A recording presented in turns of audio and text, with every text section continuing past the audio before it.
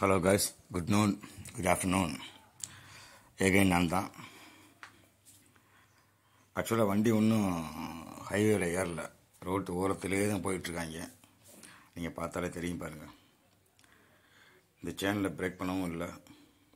Already break பண்ணி கீழே வந்தவங்க மறுபடியும் ஏற முடியாமல் தவிச்சிக்கிட்டு இருக்காங்க. ஸோ எனக்கு தெரிஞ்சு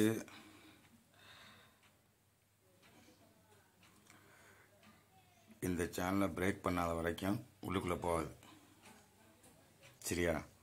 ஸோ ஆஸ் யூஸ்வல் அங்கேருந்து நம்ம ஆல்ரெடி போட்ட வீடியோ மாதிரி ரிட்டர்ன் பேக் டு 51,000 தான்.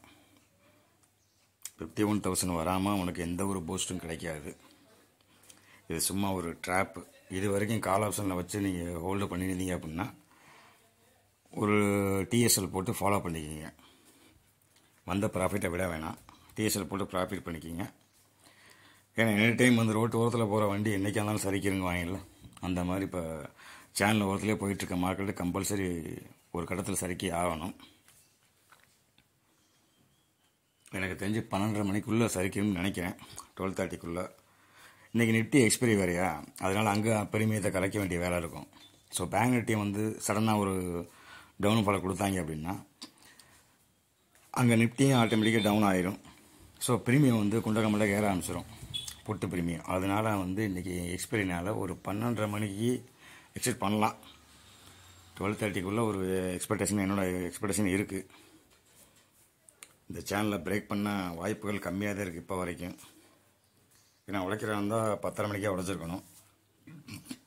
நெருங்கியவன் முத்தமில்லாத மாதிரி லாஸ்ட்டாக ஜஸ்ட் ஒரு முத்தத்தை மட்டும் போட்டு ரிட்டர்ன் வச்சுறாங்க.